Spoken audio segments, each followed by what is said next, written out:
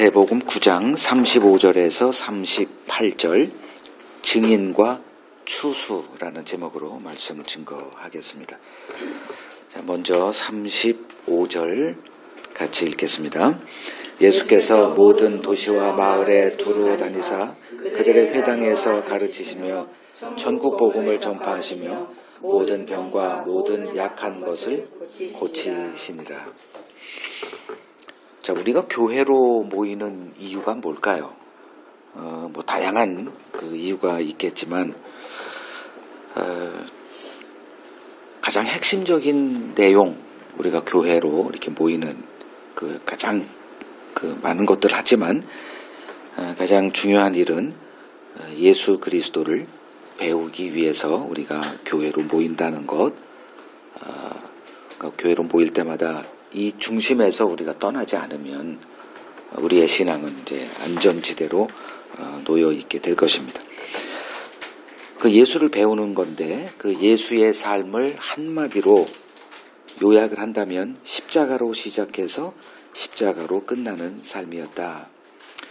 그래서 마태복음 1장 21절을 보면 이제 예수님이 탄생하는 그날,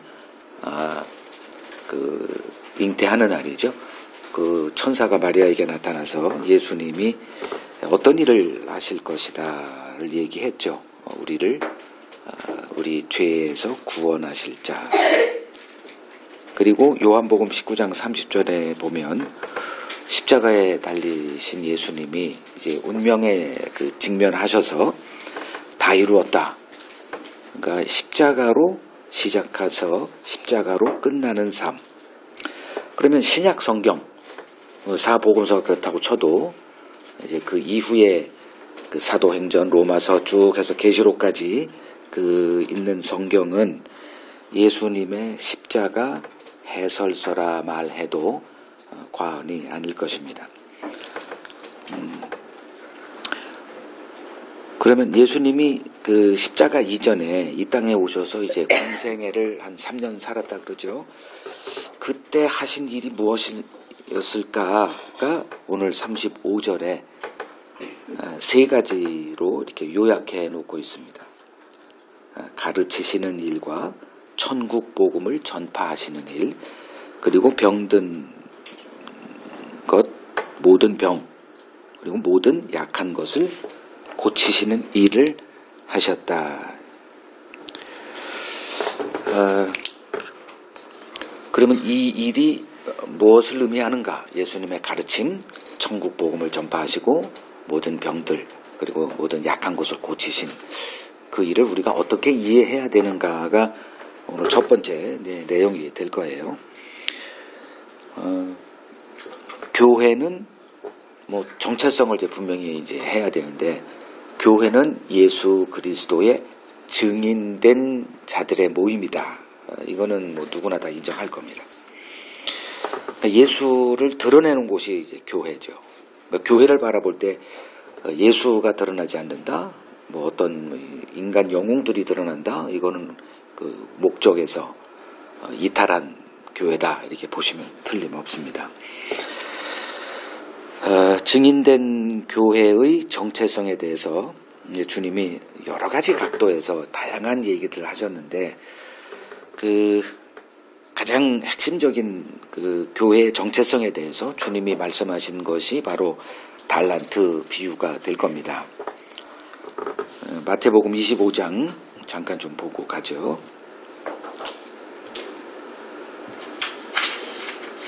마태복음 25장 14절.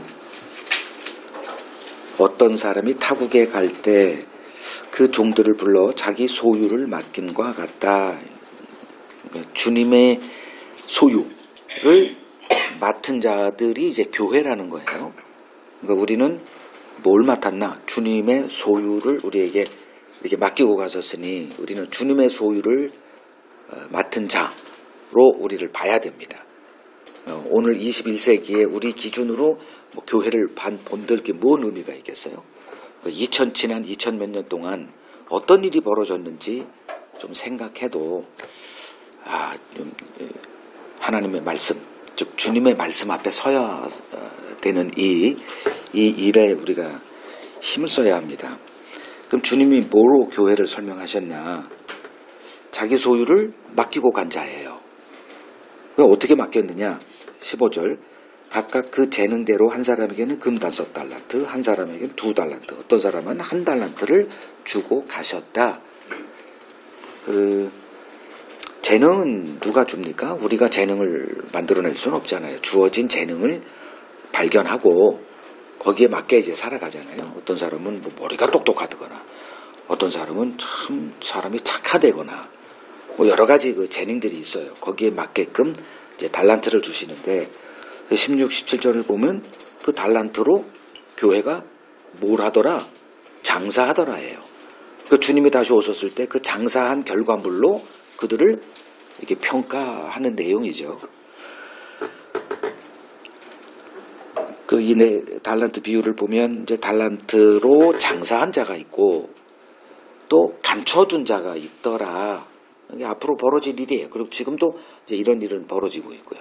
그걸 장사하는 사람들이 있어요. 여기서도 마찬가지예요. 그리고 그 장사에 아무 관심 없어. 맡은 것은 갖고는 있는데 이건 뭐 별로 중요한 게 아니에요. 내게 이득이 없어.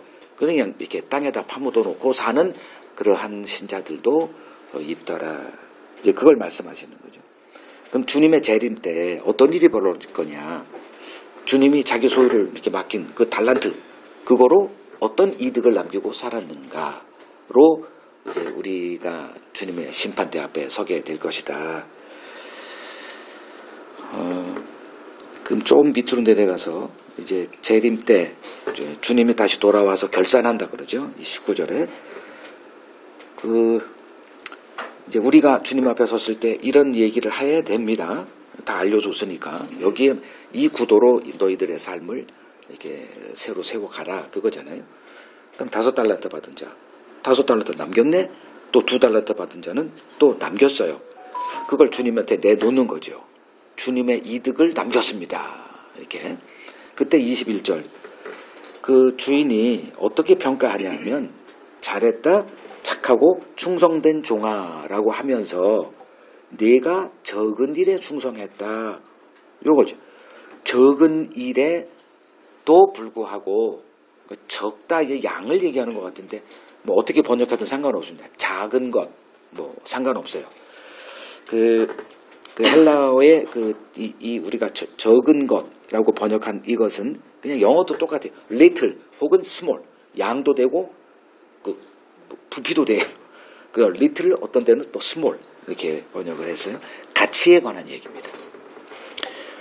그러니까 우리에게 맡겨진 이 달란트를 장사해야 되는 이 일, 이것이 우리들에게는 아주 가치 없는 일이에요.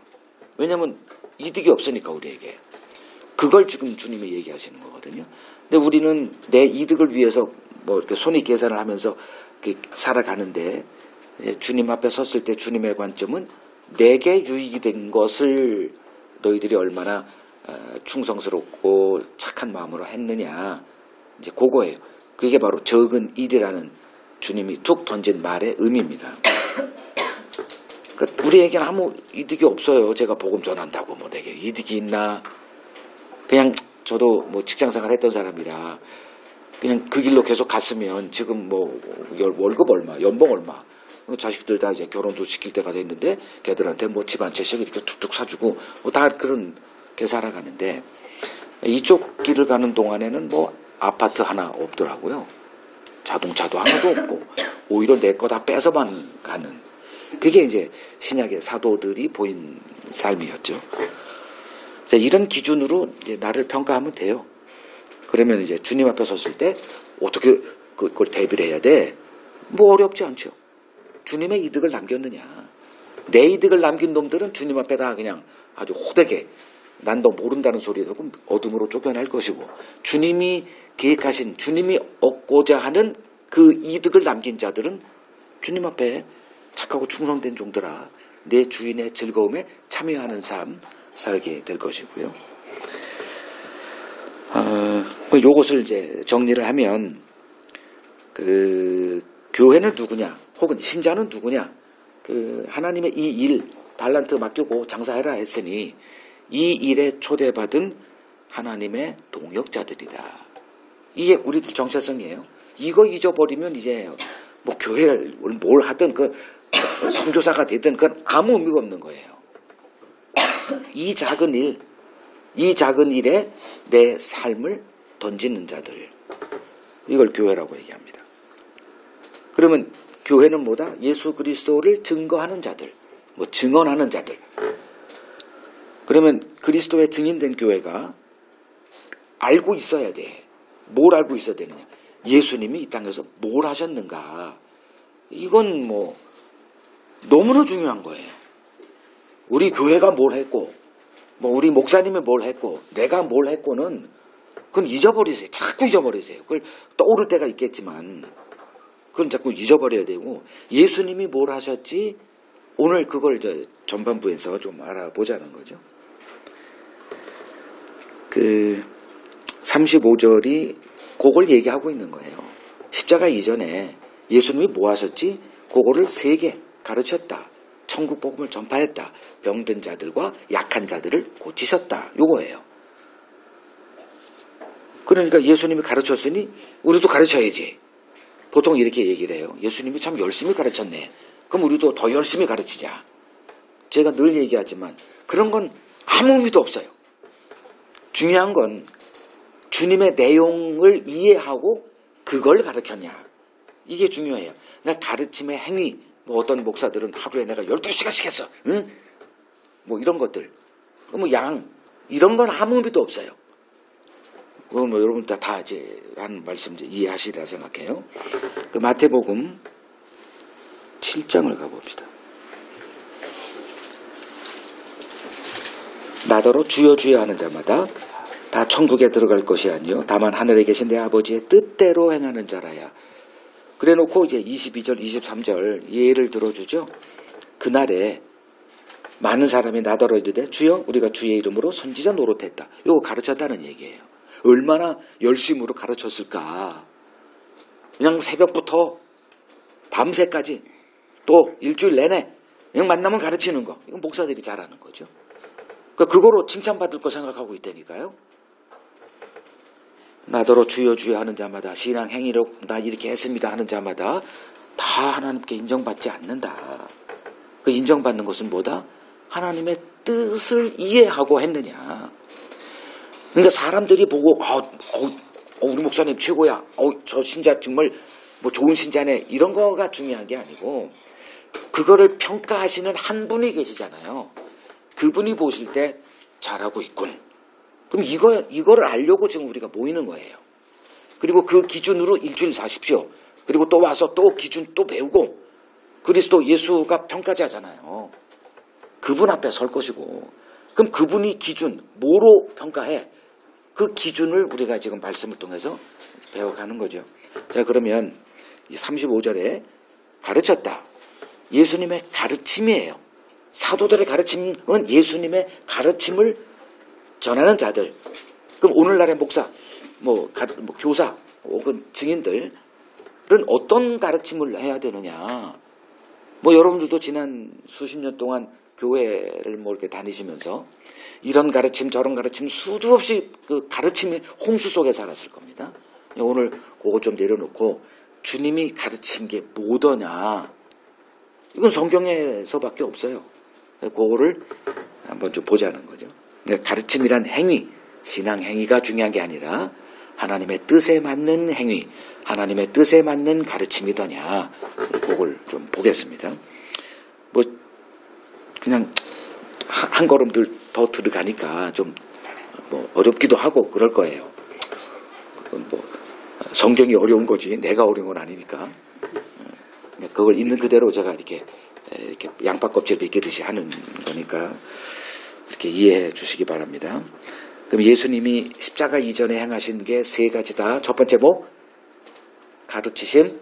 두 번째 천국 복음을 전파했다. 세 번째 모든 병과 모든 약한 것을 고치셨다. 이게 무슨 의미더냐. 왜냐하면 우리가 이걸 해야 되는 거야. 이걸 해야 되는데 이게 뭔 의미냐. 지금은 정리하고 하자는 거죠. 자, 첫 번째 가르치심입니다. 자, 예수님의 가르치심. 예수님은 뭘 가르치셨나 도대체.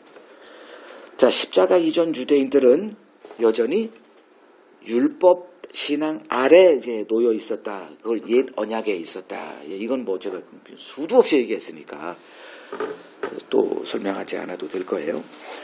그러니까 예수님이 등장해서 이제 뭔가가 이렇게 달라지죠. 뭐 세상에서는 A, B, C, A, D 뭐 이렇게 뭐 나누는데 그건 우리에게 별 의미가 없고, 아, 예수님은 정말 위대하신 분이네. 뭐 그거 아무 의미도 없어요. 그러면 예수님이 오셔서 달라진 게 뭐더냐? 오늘 요 관점에서 보면, 가르침의 관점에서 보면 옛 언약에서 새 언약으로의 그 시대 전환, 그거를 예수님이 이루신 분이다. 그러니까 예수님은 뭘 갖고 왔다? 새 언약을 들고 오셨어요. 그럼 새 언약이라는 것이 어디에 있었느냐? 그건 구약에 약속되어 있는 거예요. 예레미야 31장 31절. 예레미야서 31장 31절 보시면 여호와의 말씀이니라. 보라, 날이 이르리니 내가 이스라엘 집과 유다 집에 새 언약을 맺으리라. 이렇게 얘기를 하세요. 그리고 32, 33절은 그 새 언약이 등장한 그 시대의 그 특징을 이렇게 설명을 해요. 그러니까 옛 언약 때는 이랬는데 이것으로 안 되지 않니? 계속 구약에서 하시는 게 그거예요. 그래서 예레미야의 입을 통해서 앞으로 내가 이 일을 행할 거야. 그걸 새 언약이다. 새 언약이 시대가 올 거야. 누구로? 예수로. 예수의 등장으로 옛 언약은 다 됐고 그 기능, 유통기한 끝났고 이제 새 언약 시대가 왔다. 이거죠. 그럼 예수님의 가르침은 어디에 기초했다? 옛 언약에 기초해서 새 언약을 끄집어 오시는 그것이 예수의 가르침의 핵심이다. 그러니까 옛 언약과 새 언약, 그러니까 옛 것과 새 것이 같이 어우러지면서 새 언약을 약속하신 그 하나님의 그 일, 그거를 가르치는 것의 이제 핵심으로 여러분 이제 보시면 됩니다. 그러면 우리 목사님, 뭐 우리 누가 뭘 가르쳐, 신학자가 있고 교수가 있어. 그러면 그 사람들이 가르치는 내용 중에 이게 빠졌다? 가차없이 떠나십시오. 여러분도 실력을 키워야 되고 가르치는 자도 실력을 키워야 됩니다.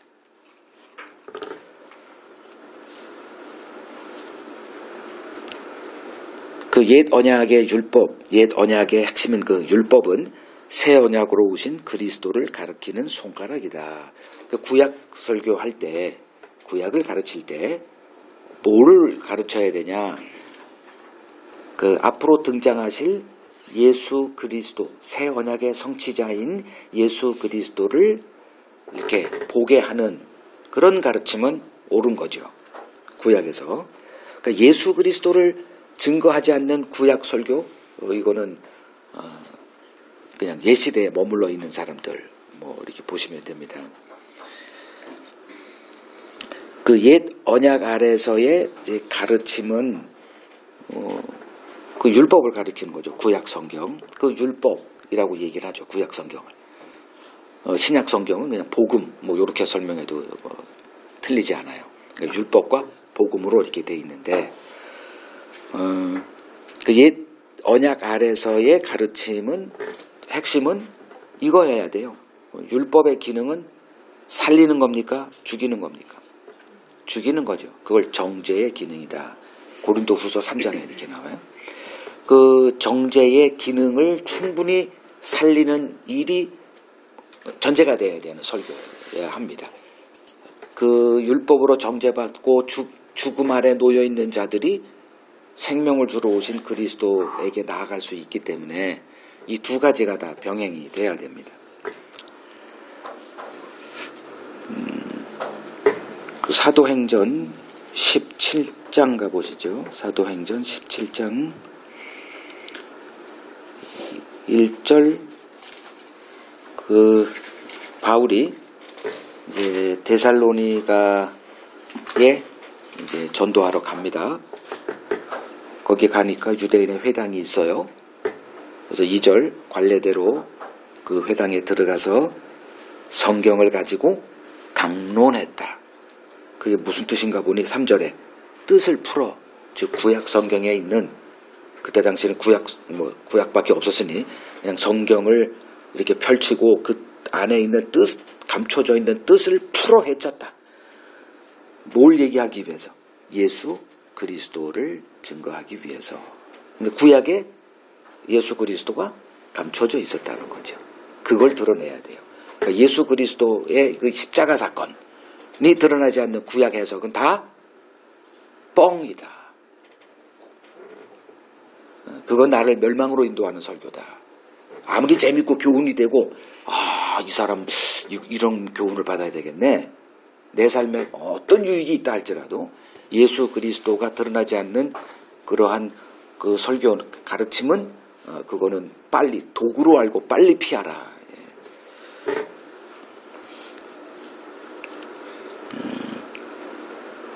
자, 그러면 예수님의 이 가르침을 이해하고 어느 누가 이 설교를 가르침을 이렇게 한다. 그러면 그 설교를 들은 자들의 결과물은 뭘까? 요것만 좀 설명을 할게요. 그러니까 어떤 설교를 듣느냐에 따라서 내 삶이 이렇게 생각과 나의 삶이 이렇게 규정이 되잖아요. 그러면 이 예수님의 가르침을 들었던 자들, 그걸 소화한 자들은 어떻게 변화되느냐? 첫 번째, 두 가지 말씀할게요. 그러니까 예수님의 이 가르침을 이해한 자들의 가르침을 받은 자들의 결과물이 뭐냐? 첫 번째, 예수 그리스도를 아는 자로 세워집니다.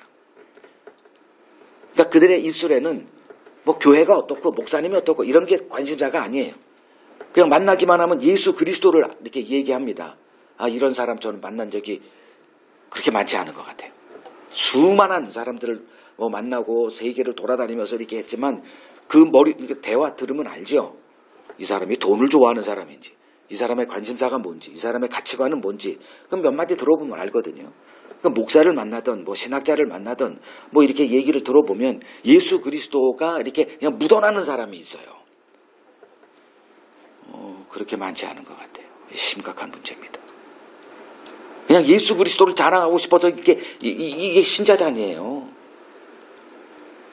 너희가 예수를 보지도 못하였으나 말할 수 없는 기쁨으로 이렇게 이런 얘기들, 이건 상식이에요. 신약 성경에서는.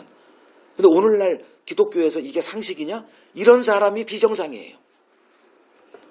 그러면 예수 그리스도만 얘기한다 그러면 괜히 이단처럼 이렇게 들어지고, 목사님 이런 아주 기본적인 우리들의 전통적인 어떤 이런 행사가 어떻게 기쁨이 어쩌느니 전도가 어떻게 됐느니 이런 걸 하면은 바른 것 같기도 하고. 근데 예수 그리스도를 얘기한다고 해가지고 옛 언약 새 언약 얘기하면 이거 이단 아니야? 오늘도 여기에 이단 책 하나 누가 보내왔더라고요. 어떻게 알고? 그러니까 이 주인님은 주인님 여기 대표님은 그걸 내 서랍에다가 갖다 놓고 가져가시라고. 그 뭐야? 말했더니 이름이 뭐더라? 재림예수. 천국이 가까웠다. 재림예수를 믿으라. 재림예수교 천국 복음 전도회. 그래놓고 첫 페이지를 딱 봤더니 무슨 애국가 태극기가 있어. 그 동해물가가 나오고 그 다음에 재림예수 이거 누구냐? 이거 누구 모르겠네. 이런 책이 있어. 그래서 그렇게 봤더니 아이고 아예 대체 뭔 얘기하다 이런 거지? 응? 가르침을 받은 자들의 모습. 이 가르침을 제대로 소화한 자들의 결과물은 뭐다? 그냥 예수 그리스도를 알아가는 그 일에 온전히 올빵하는 자들. 그게 신약 성경이 얘기하는 거예요. 오늘날 기독교는 전혀 다른 거라고 이렇게 돼 있어서 오히려 이 사도 바울이 등장하면 여전히 미친놈 소리 들을 것이고 그렇게 됐어요. 하여간에 오늘날. 그래서 지금 이 말씀 제가 드리는 거예요.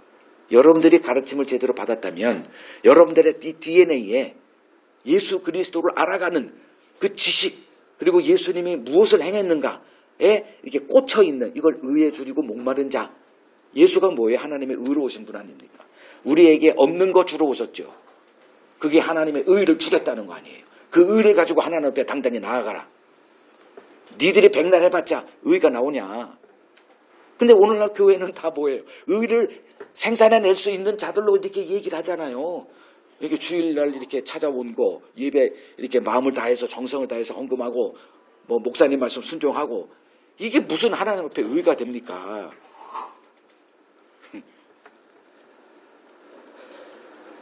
그 관련 성경 구절은 그 은복마을에서 프린트해서 보시고, 두 번째, 그럼 예수 그리스도를 알아요. 그 결과물이 뭘까요? 예수 그리스도를 알게 됐다. 예수님의 가르침을 이해했다. 그러면 나오는 결과물은 딱 하나예요. 어떤 거에 매이지 않는 삶이에요. 근데 그 예수 그리스도를 모르는 사람들의 전형적인 특징이 뭐냐 하면, 그냥 교회 없으면 뭐 안 돼. 그 모임에 있어야 되고, 교회가 이렇게 얘기하는 어떤 몇 가지 그 신앙 생활이 하지 않으면 뭐 죽는 것 같은 이런 뭐에 매여 있어요. 뭘 하지 않으면 안 돼. 그냥 뭐 어떤 이렇게 따라 붙는 게 있어요. 아, 누구도 알아. 저 사람은 그 그리스도인, 뭐 교회 다니는 사람. 그 몇 가지 그런 것들. 근데 그리스도를 알게 되면 일단 뭐가 되냐면 그런 것부터 이렇게 해체가 돼요. 그걸 자유하다. 이걸 얘기합니다.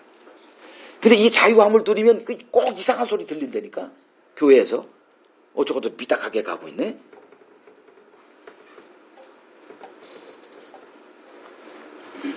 그래서 교회가 강조하는 게 뭐냐면 하나됨이에요. 이건 뭐 조직을 사랑하는 사람이라면 빼놓을 수 없는 겁니다. 하나 되십시다. 그래서 같은 그 북한 5호 체제하고 같은 사상을 똑같이 이렇게 해야 되고, 같은 신앙 행위 모습이 똑같아야 됩니다. 제가 가감히 그렇게 주장하건대 교회가 흩어져야 됩니다. 분해가 돼야 돼요. 그래야 그리스도가 살아나요. 근데 교회가 뭉쳐지고 하나가 돼 있으면 사라지는 분은 누구냐? 예수 그리스도는 반드시 사라지게 돼 있습니다. 그러니까 뭉치자, 하나 되자. 그러니까 무슨 말인지는 알겠는데 그 결과물이 오늘날과 같은 그런 기독교가 돼 있다. 어떤 것에도 매이지 않는 삶, 참 힘들어요.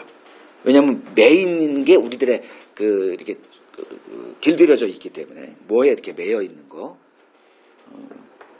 이런 것들을 여러분 잘 이해하십시오. 내가 지금 이렇게 매임에서 하나 둘씩 풀려나가는 이 자유함을 예수님이 약속했잖아요. 내 말이 너희에게 거하면 너희가 내 제자가 되리니 뭐라 그러지? 자유함을 얻으리라. 그 자유함, 그냥 뭐 자유라고 하니까 좋은 것 같지만 막상 그 자유가 뭐냐? 매이지 않는 삶을만 얘기해요. 2000년 기독교 역사상을 통해서, 그러니까 예수님이 오셨을 때는 1500년 동안의 유대교 사상에서 이렇게 해방시켰고, 오늘날 주님이 오신다고 하면 뻔하죠. 기독교 2000년이 넘는 동안 세워진 기독교라고 하는 이 전통의 이 갑질에서 우리를 풀어놓는 일을 하십니다. 그래서 어떤 것도 매이지 않는 자유와의 삶인데, 뭐 대표적으로 돈에 안 매이죠. 돈에 안 매이고, 또 인맥에 안 매이고, 어떤 사상에 이렇게 안 매이고, 그냥 복음 안에서 누리는 거예요. 이렇기 때문에 기독교가 전통이 되어 있는 오늘날 기독교에서는 이런 사람들, 주님이 만들어서 등장시킨 주님의 그 양들을 사시눈 뜨고 볼 수밖에 없겠구나. 그걸 각오하라는 거예요. 마치 유대교가 판치던 시대에 예수님이 오셔서 좀 이렇게 좀 평지풍파를 일으켰죠. 그리고 예수님이 죽임당하시고 떠난 후에 그 제자들을 보는, 그 교회를 보는 유대교 그 사도행전에 나오잖아요. 그런 모습이 오늘날도 동일하게 재현된다. 세상은 안 바뀐다. 자, 예수님이 뭘 가르치셨나? 그럼 오늘날 가르침이 옳은 가르침이냐 아니냐를 기준이 옛 언약, 새 언약 이걸 섞어서 이것도 꺼내고, 그래서 옛 언약으로 그러니까 새 언약을 그러니까 옛 언약으로 이렇게 설명도 해야 되고, 옛 언약을 새 언약으로 또 설명도 해야 되고, 이것이 들어가 있는 설교 가르침은 여러분들이 이제 추구해야 될 가르침입니다. 두 번째, 천국 복음을 전파했다. 같은 가르침 안에 이게 들어가 있으니까 이거 구분하지 않아도 상관없겠지만, 지금 여기서는 구분을 해놨어요. 회당에서 가르치시며, 그리고 천국 복음을 전파하시며, 그러면 예수님의 그 가르침의 핵심은 아까 얘기했지만 새 언약으로 오신 그분의 가르침. 그러면 그 가르침 안에 핵심 그 가르침이 뭐냐? 천국이에요. 예수님의 가르침의 그 모든 중심에는 천국에 관한 내용이 있습니다. 그래서 이 마태복음 쭉 하다가 이제 어느 시점에 주님이 비유로 이렇게 얘기하실 때가 많은데 그 비유가 다 뭐냐 하면 천국은 이와 같으니. 여러분 한번 세보세요. 난 다 세봤던 사람이거든. 천국은 이와 같으니. 이게 계속 나오더라고요. 한번 세보자. 그냥 무슨 일을 그게 이제 시작이 되는 순간부터 천국은 이와 같으니. 주님의 모든 가르침이 다 천국을 계시하는 그 내용이었구나. 그러면 천국은 그러니까 예수님이 이렇게 보여주신 천국, 유대인들이 그리고 있던 천국과 하나도 같은 게 아니었어요. 그들도 천국을 소망하고 있었는데 예수님이 오셔서 천국은 이와 같다. 이렇게 쭉 얘기를 했더니 그 천국을 그리고 있던 유대인들, 대표적인 사람들이 서기관 바리새인들이죠. 예수와 점점 멀어지더라. 왜? 자기들이 그리고 있는 그 천국관이 지금 예수가 얘기하는 그 천국관과 하나도 같은 이게 오버랩 되는 게 없어요. 근데 들으면 들을수록 전 왜 저래? 예수를 향해서. 어떻게 저런 생각을 하냐? 그러니까 결국은 이단 정죄 내리고 죽여버린 거죠. 자, 예수님이 드러내신 천국, 우리가 소망하는 거죠. 그죠? 천국 가기를 소망하잖아요. 다 좋은데 천국 못 가면 그거 어떡합니까? 그날. 천국은 가야 되는 거 아니에요. 그럼 천국이 어떤 나라인지는 알고나 좀 소망하자는 건데 유대인들도 실패했고 오늘날 기독교인들도 내가 알기로는 경험한 바로는 거의 다 비슷한 천국을 그리고 있더라.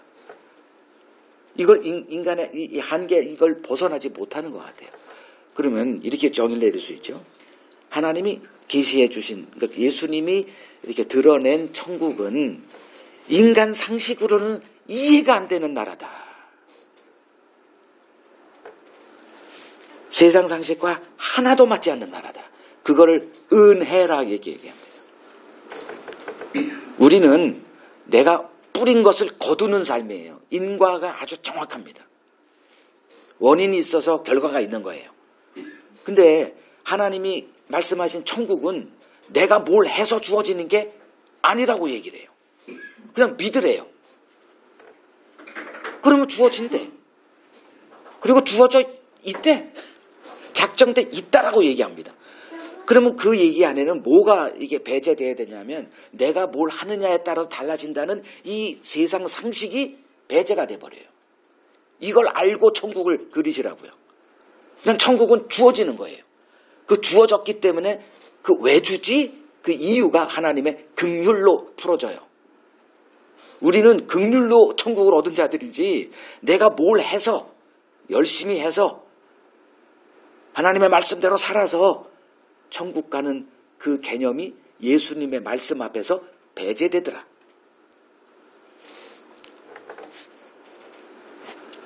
이 세상은 어떤 나라냐? 인간이 중심인 나라예요.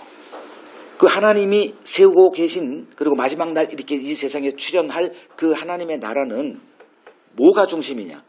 처음부터 끝까지 절대적으로 하나님이 중심이에요.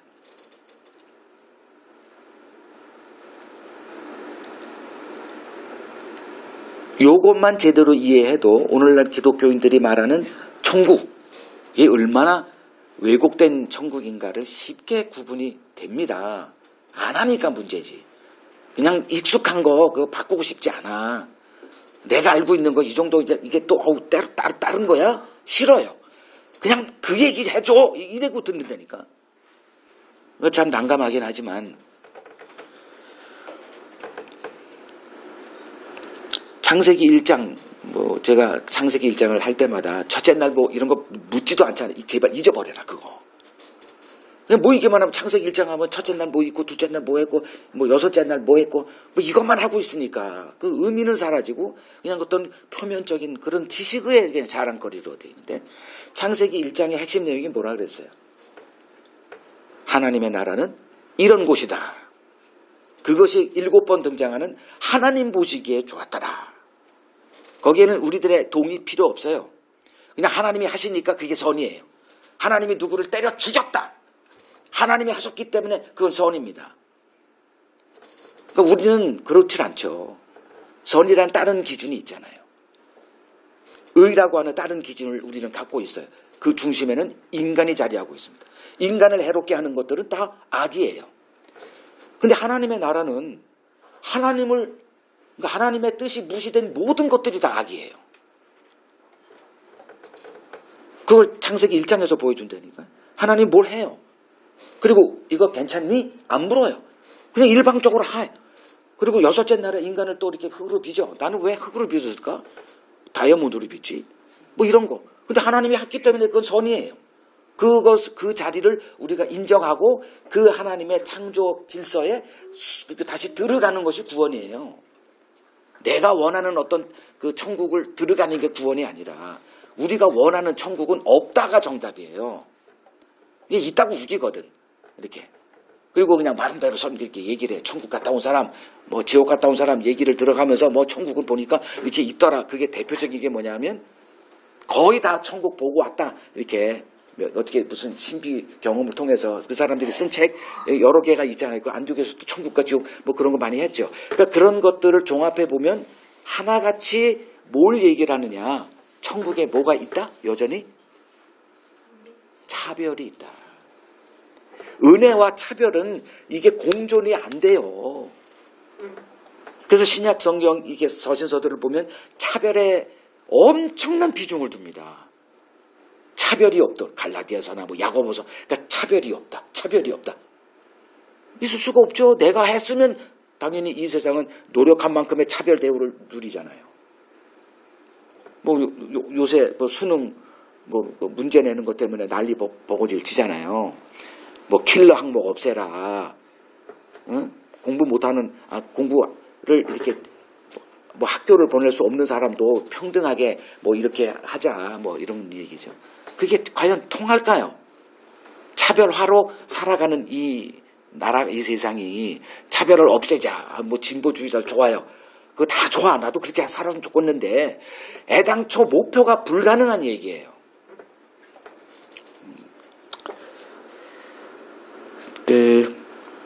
그럼 왜 이렇게 그 인간 세상이 등장했냐? 하나님이 창조했으면 그냥 이렇게 다 잘 돼야 되지 않아? 근데 안 됐어요. 그럼 왜 그러느냐? 죄를 드러내기 위해서예요. 인간이 살면 반드시 이 죄 아래서 뭘 형성할 것이다. 그래서 그걸 가르쳐주기 위해서 이 인간 역사가 등장해요. 사탄이 등장하고 사탄의 미혹에 이렇게 넘어가서 마음이 부패된 자들의 인간 세상이 등장합니다. 맛을 보라는 거예요. 이 땅에 우리는 뭐 2000년 살 수는 없죠. 그러나 한 7, 80년 살면서 하나님의 뜻 안에, 즉 하나님의 은혜에서 벗어나 우리가 중심이 돼서 살아가는 이 세상의 맛을 아마 톡톡히 보라는 겁니다.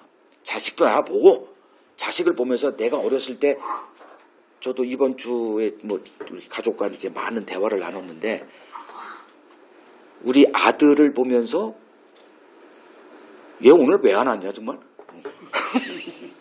자리가 비어있네 보니까 그 아들과 이렇게 얘기를 하면서 뭘 느꼈느냐 하면은 하나님이 아들을 낳게 한 게 날 보라고 한 거구나. 걔가 나야. 딱 봤더니. 그러면서 내가 이제 과거에 이렇게 뭐 연애 시절에 뭐 이렇게 이제 여러 여자들을 상처를 준 게 많거든. 지금 생각하면 이 죽일 놈이야 나는. 그때 내가 왜 그렇게 아주 몰삭식한 이렇게 해서 그 여자들을 참 그 순진하고 그 아이들을 그렇게 상처를 주고 못 견디겠어요 그걸. 얘기를 했죠. 인간은 똑같다 이놈들아. 그걸 얘기를 하면 이제 이놈이 그래. 저도 그래요. 너도 그러냐? 지금 상처 주고 있냐? 뭐 저도 그래요.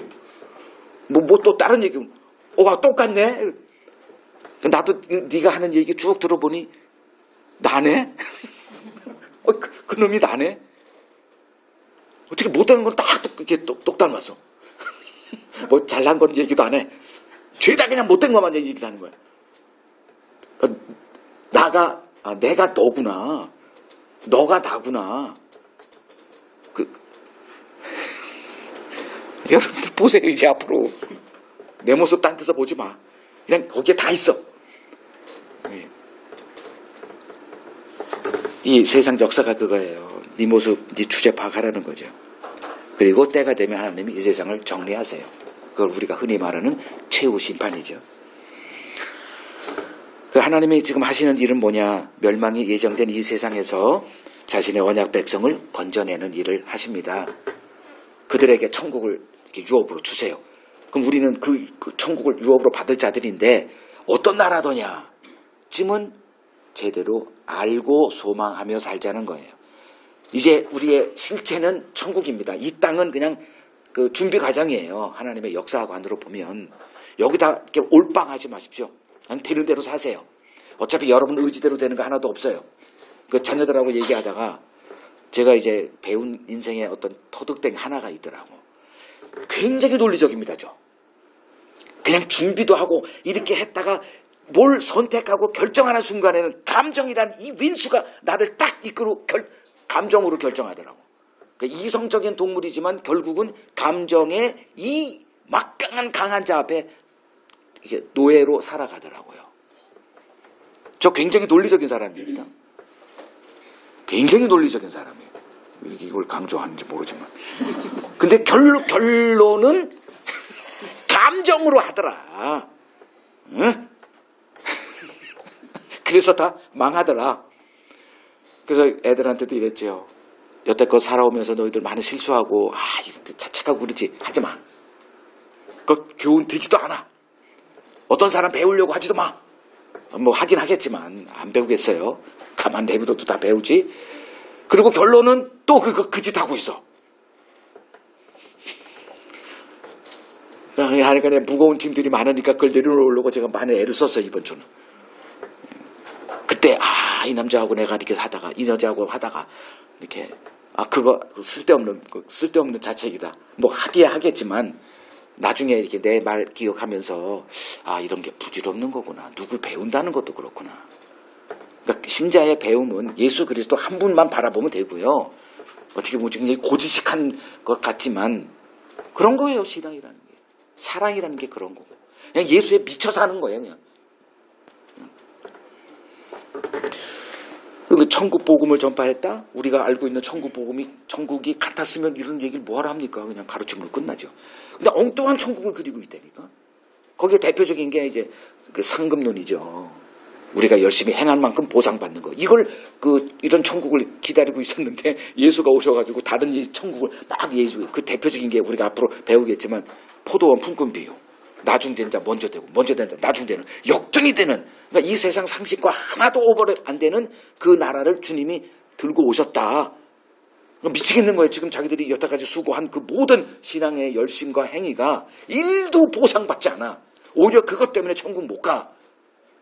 뭐 견디겠어요. 오늘날 그 기독교에서도 제2의 바리새인들이 한둘입니까? 자기 의를 자랑하고 이 영웅들 만들어가고 뭐 명품 신자 만들어가고 다 지옥 자식을 만들어가고 있다니까. 지식이 없으니까. 그냥 신학교 가가지고 대충 나도 가보니까 뭐 신학교에서 그 관심 없어 이러더라고. 그런 거 성도들 관심 없어 해. 그 깊게 들어가지 말고 그 제자 교육 하는 거 있잖아. 그 시장에 널려있어. 그 대충 짜집게 해가지고 그냥 가르치래. 이걸 교수가 얘기하더라고. 그래서 속으로 내가 이거 신학교를 내가 다녀야 돼 말아야 돼. 그런 자들이 지금 여러분들에게 설교하고 있어요. 알고나 교회 생활 하십시오. 여러분들한테 한 거 아니요?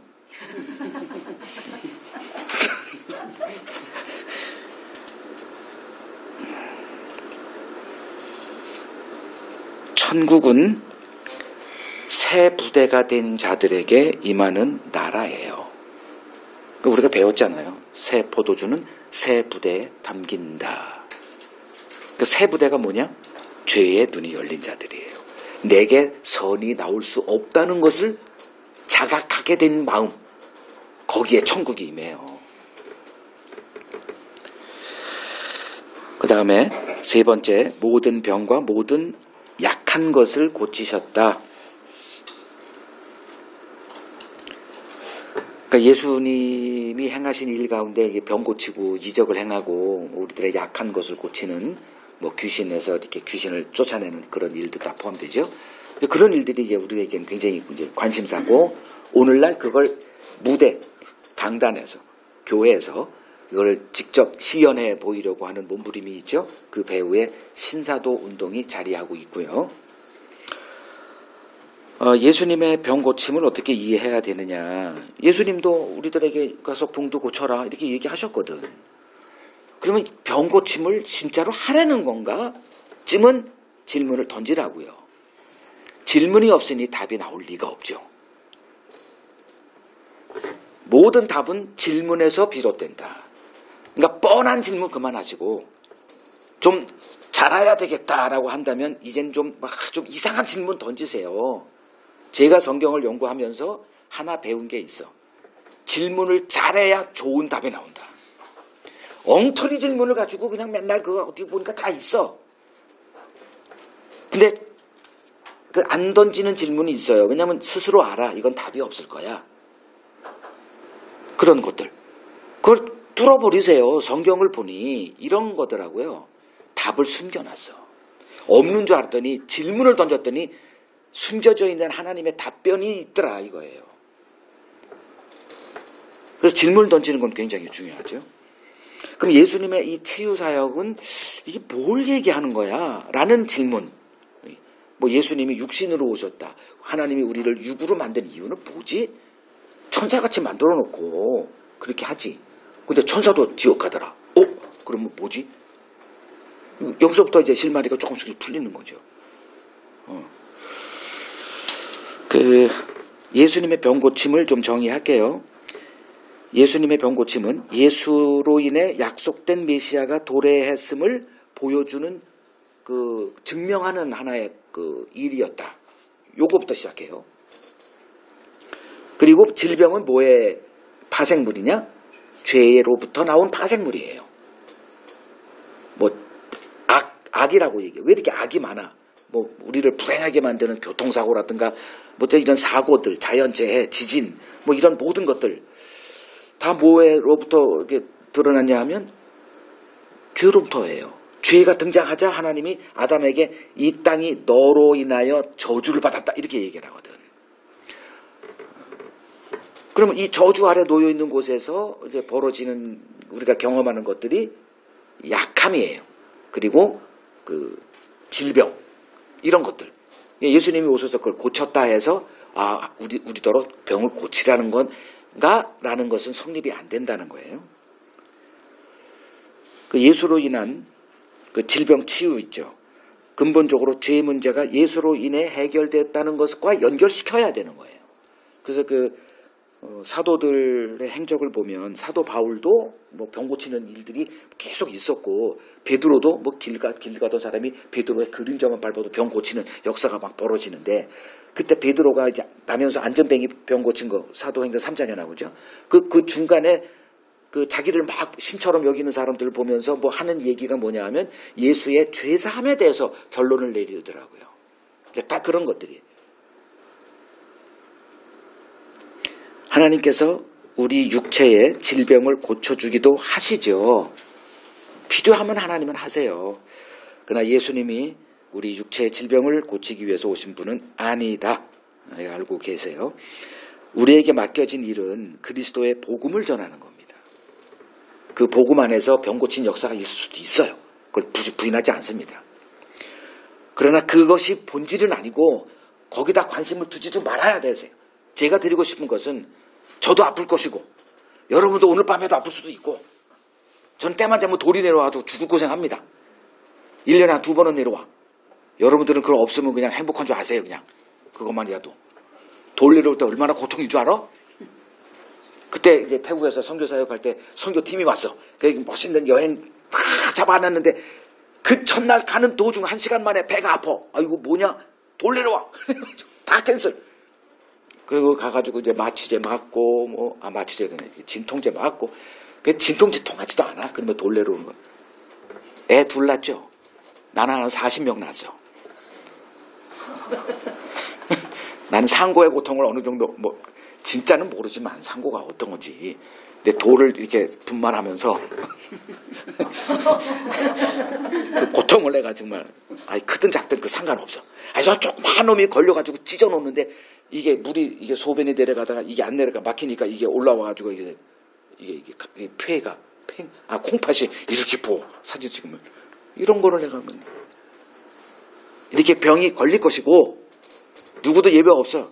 복음 많이 한다고 돌 안 내려오지 않더라고. 기대했지만 병 걸릴 거고 노화될 거고 축축 처질 거고 사진 보정해봤자 그게 그거더라고. 아무리 깎아봤자 늙어질 거고 견뎌내자고요. 죽을 겁니다. 그러나 똑같이 겪는 불행과 이런 노쇠됨, 병든 이런 것들로 이렇게 고통을 당하지만 신자는 누구냐? 그러한 가운데서도 그 환경에서 영향받지 않는 그 하늘에 속한 기쁨으로 이 세상에서 예수 그리스도를 증거하는 자들이다. 이러면 되지 않아요. 뭘 병 걸렸다고 난리 호들갑하면 그냥 뻔하게 걸리는 건데 죄 저주 아래 있는 세상에서 죄값 치르고 살자고요. 뭐 때문에 내가 이렇게 아픈 건지 하나님 탓하지 말고 하나님이 왜 죄를 드러내가지고 왜 선악과를 줘가지고 그냥 따지세요. 그냥 그럼 답은 나오게 돼 있어. 막 성질 내고 말도 안 되는 질문하고 그러면 결국은 성경에 다 하나님이 자상하게 다 가르쳐 놨더라. 이 답은 없을 거야. 그런 건 없습니다. 다 있어요. 자, 그러면 가르치심, 천국 복음을 전파했다. 모든 병과 약한 것을 고쳤다. 그 의미가 뭔지 좀 살펴봤고요. 그 다음 구절 봅니다. 36절에서 38절 같이 읽죠. 무리를 보시고 불쌍히 여기시니 이는 그들이 목자 없는 양과 같이 고생하며 기진함이라. 이에 제자들에게 이르시되 추수할 것은 많되 일꾼이 적으니 그러므로 추수하는 주인에게 청하여 추수할 일꾼들을 보내주소서 하라 하시니라. 자, 36절을 보면 목자 없는 무리를 보시고 불쌍히 여기셨다. 주님이 이 땅에 오신 것도 우리를 불쌍히 여기셔서 오셨고요. 사시면서 이렇게 어떤 사람들을 향해서 불쌍히 여겨요. 이유는 그들이 목자가 없기 때문에 요거예요. 그러니까 목자 없는 자들을 향해서 주님은 긍휼이 발동된다 이거예요. 자, 목자 없는 양의 상태가 어떻길래 주님이 긍휼히 이렇게 불쌍히 여기는 마음이 드셨을까? 양 반드시 목자가 필요합니다. 왜냐? 양은 눈앞에 것밖에 못 봤는데 내가 양이 돼봤나? 그렇대요. 하여간에 양은 그렇대. 그냥 닭과 비슷하대. 그냥 눈앞에 요것만 본대. 꼭 우리 같지 않아요? 우리 이렇게 보이는 것만 이렇게 해가지고 결론 내려. 우리 망했다. 좀 더 보면 주님이 길 열고 있는 게 그게 안 보이니까. 그래서 우리는 뭐로 사느냐? 믿음으로 사는 거예요. 그래서 오늘 찬송한 게 예수가 거느리시니 이걸 부른 거예요. 주님이 우리를 거느리시는 게 얼마나 큰 복인가. 그것이 주님을 아는 그 지식 안에서 마음의 평화가 지배하더라. 주님이 다스리더라. 근데 주님의 다스림이 없어요. 여기서 목자는 주님을 얘기합니다. 제가 여러분 목자가 될까요? 불행하려면 나를 목자로 삼으십시오. 나도 코가 석자인데 누구를 내가 인도해. 그걸 하시는 분은 그리스도 한 분이에요. 그러니까 그분을 못 찾고 있으니 불쌍한 거예요. 그럼 주님이 누구를 불쌍히 여기실까? 예수의 인도함을 받지 못하는 자를 향해서 주님은 그냥 아이고 왜 저래 그냥 불쌍히 여기는 거예요. 아무리 똑똑하고 돈 많이 벌고 뭐 CEO가 되고 뻥뻥 이렇게 해도 주님의 다스림을 받지 못하는 인도함을 받지 못하는 자들을 향해서 주님은 그냥 불쌍한 거예요. 저 조금 가다가 좀 망하는데 이게 주님의 심정이죠. 그러니까 목자 없는 양의 상태. 첫 번째, 길 잃고 길을 잃어요. 가는 길 반드시 잃어버립니다. 어떻게 사는 게 천국 가는 길인지 우리는 5분도 못 타서 길 잊어버려요. 그래서 주님이 인도해야 되는 거예요. 가본 적도 없어요. 길이 없어 우리 눈엔. 그래서 주님이 우리를 인도해야 돼요. 그걸 이제 우리가 배우자는 거죠. 주님의 인도하심이 뭐냐 도대체. 그리고 맹수의 표적으로 무방비 상태. 그걸 우리는 이제 흔히 악한 영 이렇게 얘기하죠. 자기 삼킬 자를 찾기 위해서 이게 맹렬히 지금 으르렁거리고 있는 그 사탄. 밥이죠. 주님의 보호하심이 없다면. 그래서 당시 목자들은 없었나? 있었죠. 바리새인만 한 6천 명이 있었다니까요. 그리고 뭐 제사장, 서기관들 수하면 뭐 몇만 명의 그 목자들이 자칭 목자라 하는 자들이 있었는데 주님의 눈에는 없더라 이거죠. 그러니까 예전이나 지금이나 없기는 매일반. 기독교에 목사들이 한 10몇만 명 있죠. 한국 거기에. 그거 틀어봅니다. 뭔 설교들을 하나. 예전에 제가 했던 설교에서 1도 안 바뀌었어요. 옛날에 그걸 깨닫고 나서 그 몇만 페이지 되는 그 설교 원본들 다 목사들은 가지고 있거든. 그 신주단지 같듯이. 이 쓰레기를 내가 왜 갖고 있어요? 다 태워버렸어요. 목자 없기는 예나 지금이나 이제 마찬가지다 이거지. 그러면 당시 목자들은 뭐냐? 직업이에요. 그럼 오늘날 목사들은 뭐죠? 직업이죠. 직업은 뭐예요? 생계수단입니다. 목사를 생계수단으로 생각한다니까. 장로들이 그래요. 우리 자식 하나 목사 세우자. 대부분 장로들이 이렇게 순진병에 걸려가지고. 왜? 이게 보니까, 이게 생계가 되거든요. 웬만한 기업인보다 나아. 오히려. 존경받지. 여자들에게 짱이지. 정말 천국을 누리고 살아요. 그러나, 이게 자립이 안 되는 목사들은 죽을 맛이겠지. 이러한 목자들에게 양들은 자기 배를 채우는 수단일 수밖에 없습니다. 그러다 보니 신뢰를 얻어야죠. 그리고 경건함에서 뒤지면 안 되죠. 새벽기도 빠지면 안 되죠. 헌금도 남들 성도들보다 더 많이 해야 되죠. 이런 거 전도도 많이 해야 되죠. 요것만 하면 그건 되더라 이거예요. 주님의 눈에 보면 목자는 없는 거예요. 그래서 목자 없는 무리를 보시고 불쌍히 여기는 주님의 이 마음은 지금도 현재 진행형이다. 또 뭐라 그랬냐면 불쌍히 여기신 후에 제자들에게 추수할 것은 많되 일꾼은 적다 이렇게 말씀하세요. 하나님의 일은 뭘까? 추수가 지금 그 전도, 우리가 흔히 얘기하는 전도예요. 추수, 이렇게 물을 익었으면 열매를 그 씨앗을 뿌리고 1년 후에 이제 추수하잖아요. 그러니까 주님도 마찬가지죠. 말씀을 뿌려요. 선지자를 통해서 이렇게 성경을 이렇게 뿌려. 지금 계속 뿌려. 말씀을 뿌려요. 지금 저도 그 뿌리는 작업이죠. 그럼 어딘가에 이렇게 말씀이 이렇게 떨어지는데 그 열매가 맺혀야 되잖아요. 그 추수할 게 있어. 하나님이 하셨기 때문에. 근데 그걸 걷어들일 일꾼이 없네. 왜 그러냐? 하나님의 추수에 관심이 없어. 그냥 자기 추수에만 관심이 있는 거예요. 교회 성장이라도 하는. 이거에 다 미쳐버렸어요. 오늘날 목사들이. 여러분들은 목사가 아니기 때문에 제가 하는 걸 이해 못합니다.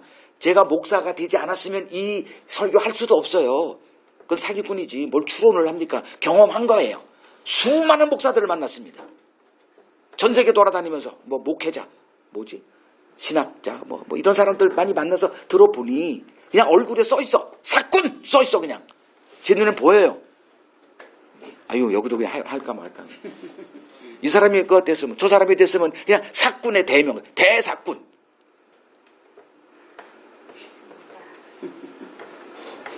안 그럴 것 같아? 다 자기는 착해. 나는 아니야. 이 설교 들으면 나는 아니야. 그럴 거예요. 고놈이요.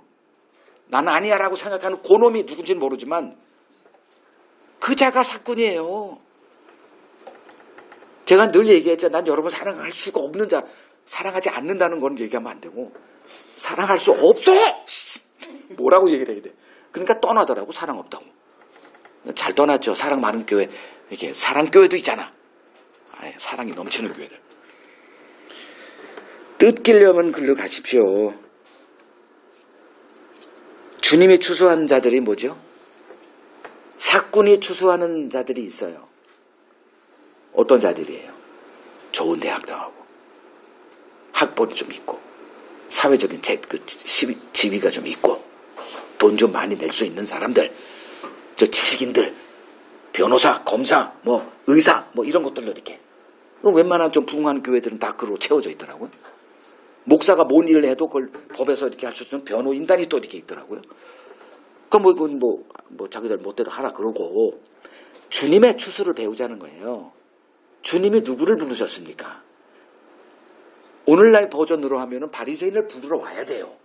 그 사람들과 인맥을 맺고 뻥뻥하게 하면 누구도 죽이질 못해. 근데 예수님은 누굴 찾아갔어요? 진짜 쓸모없는 자들만 찾아갔거든. 왜냐하면 천국을 아버지께서 그런 자들로 채우라고 하는 엄명을 받고 왔거든. 거기다가 뭐 잘나가는 놈 했어요? 없어. 그냥 다들 그냥 어떻게 쓰레기들만 주워 모아가지고 희덕거리고 이러고 있어. 지금 제자들도 그냥 그런 종자들이에요.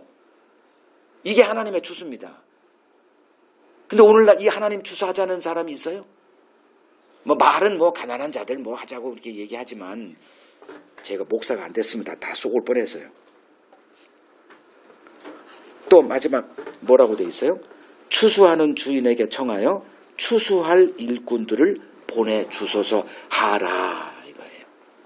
이 말처럼 또 이렇게 버려지는 성경 구절도 없다라고 저는 생각합니다. 자기들이 만들어 신학교를 하나님이 보내는 것은 그냥 신학교 했으니 이거 하나님이 보낸 자들이라고 그냥 우겨대. 그리고 제가 만난 그 사람들 이렇게 보면 다 부름 받았대 하나님의. 왜? 목사 됐으니까. 부름 안 받고 내가 어떻게 목사가 됐냐고 이렇게 강변을 해요. 난 이거 어떻게 대화를 해야 될지 모르겠어. 추수는 누구 몫이죠? 하나님의 몫이죠. 그러니까 추수하는 주인 이렇게 얘기하는 거예요. 우리 눈에는 하나님의 이 추수가 보일까요? 안 보이죠. 어떤 그 영웅들이 보이죠. 예를 들면 사도행전 2장에 누가 보일까 사람들 눈에? 베드로가 보여요. 그 하나님의 추수가 됐죠. 3,000명인가. 그들 눈에 누가 보여? 하나님이 보이는 게 아니라 베드로가 보이는 거예요. 이게 이제 우리들의 한계죠. 근데 여기서 주님이 분명히 얘기를 해. 추수하는 주인. 그러면 베드로 한 사람만 봅시다. 베드로가 복음을 전할 자였어요? 이미 예수님 3번 팔아버렸어. 그냥 다른 누구보다 당신을 사랑하고 당신에게 충성할 사람은 납니다. 이랬던 자가 그날 3번 부인해버렸다니까. 예수를 저주하고. 그러면 끝났어. 끝난 거예요, 걔는. 한 번 정도 하면 봐줄 만한데 연타 3연타를 쳤거든. 그러면 그는 예수를 증거할 수 있는 자격 박탈된 거예요. 근데 주님이 어떻게 합니까? 부활하셔서 그를 찾아가죠. 그리고 네가 날 사랑하니? 네가 날 사랑하니? 네가 날 사랑하니? 회복시켜요. 거기서 완전히 해방된 거예요. 내가 예수를 팔아먹고 이렇게 한 거 이건 오히려 복음의 증거에 도움이 되는 그러니까 내가 희생을 해야 되는구나. 요 정도로 작정하면 됩니다. 목사는 자기를 드러내는 자가 아니라 누구를 드러내는 거예요. 예수를 드러내야 되기 때문에 자기 뭐를 자랑해야 돼요. 자기 약점을 드러내는 거 아니에요. 그래야 예수가 드러날 거 아니에요. 이런 자에도 불구하고 그걸 하나님이 추수하는 주인이란 개념으로 예수님이 설명한 거예요. 추수하는 주인. 베드로 너 착각하지 마. 내가 널 붙듦이 없으면 지금 이 자리에 서 있지도 않아. 하나님이 너에게 은혜 주고 성령을 부어주지 않았으면 너는 이 복음 전할 기회도 없어. 이 하나님의 추수하는 주인 되신 분을 보라는 겁니다.